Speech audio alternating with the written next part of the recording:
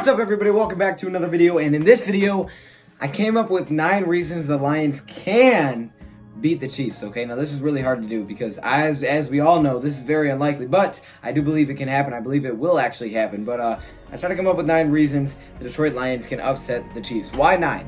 Because Matthew Stafford is number 9. Literally, that's the only reason. I was gonna do 15, couldn't really think of 15 that well, so I went with 9. Let's get right into the video.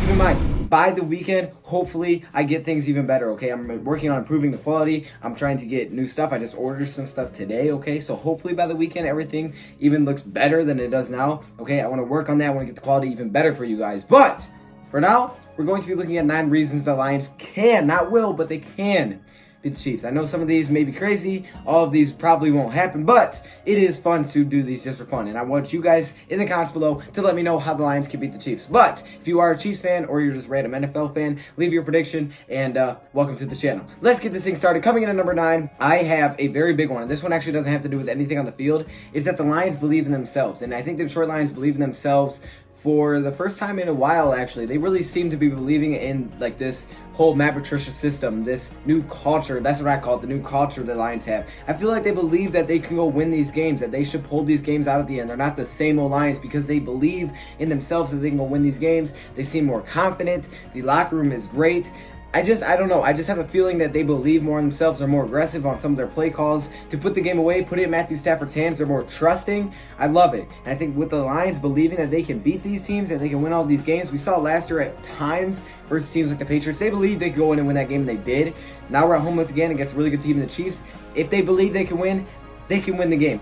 Too much talent not to believe in themselves, and that means they could win the game if they do, and I believe that they do. Coming in at number 8, we have Matt Patricia, and I think this is a game for Matt Patricia where he can literally show the world, show the NFL world, like, hey, I'm a great coach. This is what I can do. I can beat teams like this. He could be off to a 3-0-1 start with a win over the Chiefs, the Eagles, and the Chargers in the first 3 of his 4 games. Send a really good message to the rest of the NFL that, hey, Patricia's for real. Especially after seeing that article by the Eagles, you know, that said Matt Patricia's a jerk and he's the worst coach in the NFL. Then we beat the Eagles, so maybe he was reading up on that. That's awesome. But now he has an opportunity playing the Chiefs, who's recognized as maybe the best team in the NFL other than the Patriots. But those two teams are like right next to each other. If we beat this team, the national respect that he would get out of this world. Imagine this. If he wins this game, if the Lions win this game, they would be talking about this game on shows like Undisputed that they never do on ESPN.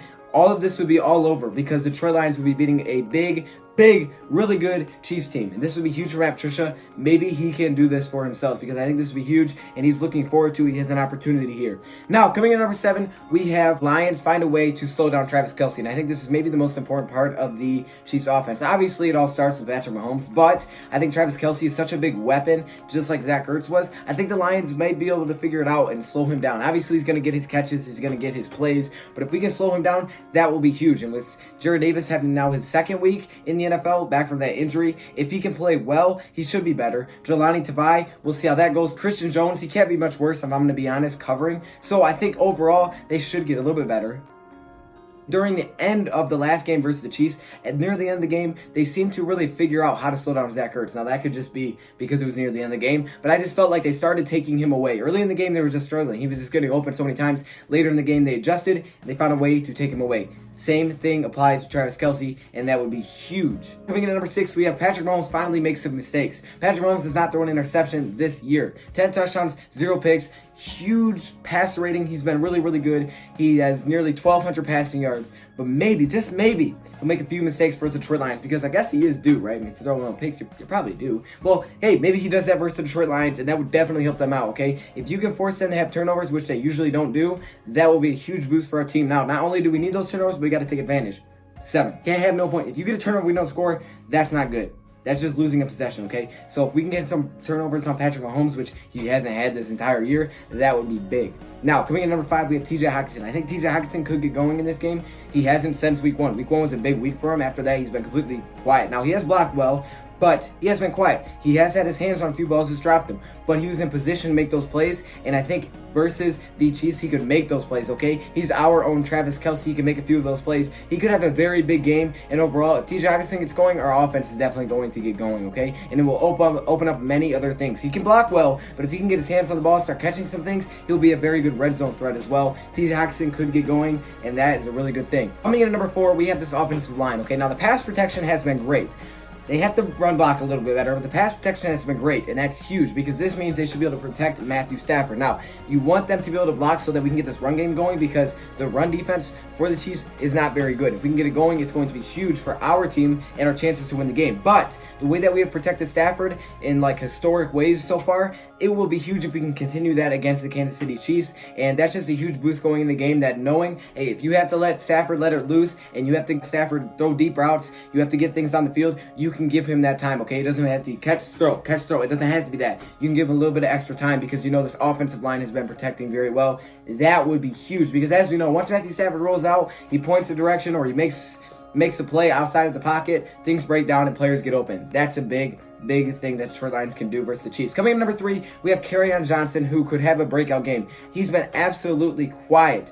Just over 2.5 yards per carry is not going to get it done. But with that bad run defense with the Chiefs, there's a chance that maybe, just maybe, he has a breakout game and gets 100 yards rushing. Just maybe. And I think if he does that, it'll help us control time of possession and really give us a good chance to win the game. Now, some of you guys said, okay, the Chiefs don't need a lot of time. They can score fast. That is very true. But if you're playing the odds, you'd rather give them the ball less, right? You don't want to give them the ball. Yes, they score fast, but if you're playing the odds, you don't want them to have the ball as much. So if we can have the ball more, there's just a better chance that maybe one of those plays don't break big. We only had the ball 4 times. The most they can score is 28, right? Unless it's a defensive touchdown, right? If we can get that run game going, it will be huge and it will give us a really good chance to win the game. Number 2, the D-line has an opportunity to go off, okay? The D-line has been pretty quiet throughout this entire experience, okay? We've gotten a little bit better, but they've been pretty quiet. And I think this is a game where maybe, just maybe, Trey Flowers could finally show why we paid him $90 million. I don't think he's been bad. I'm not saying he's been bad, but he could be big versus the Kansas City Chiefs. And if he does that, it's going to open up a lot of things because we won't have to bring the blitz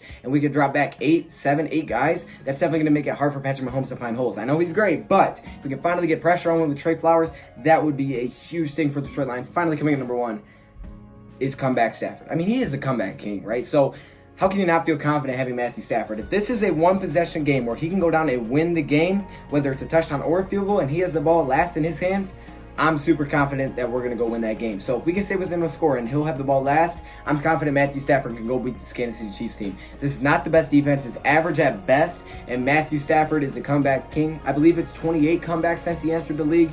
That's ridiculous. He could have another one of those against Kansas City Chiefs. And not to mention, Matt Prater is also pretty clutch as well. So if it comes down to a field goal, he may not make the extra points. But when it comes down to a field goal like 60 yards away that we need to win, he'll probably knock that kind of thing through. So those are 9 reasons the Lions can beat the Chiefs. Now, they will. Okay, I want to hear your thoughts in the comments below. I just did it for fun. Your predictions in the comments below. And thank you for watching. Wow, this is it's like flashing. At least that's what I see. Thank you for watching, and I'm out.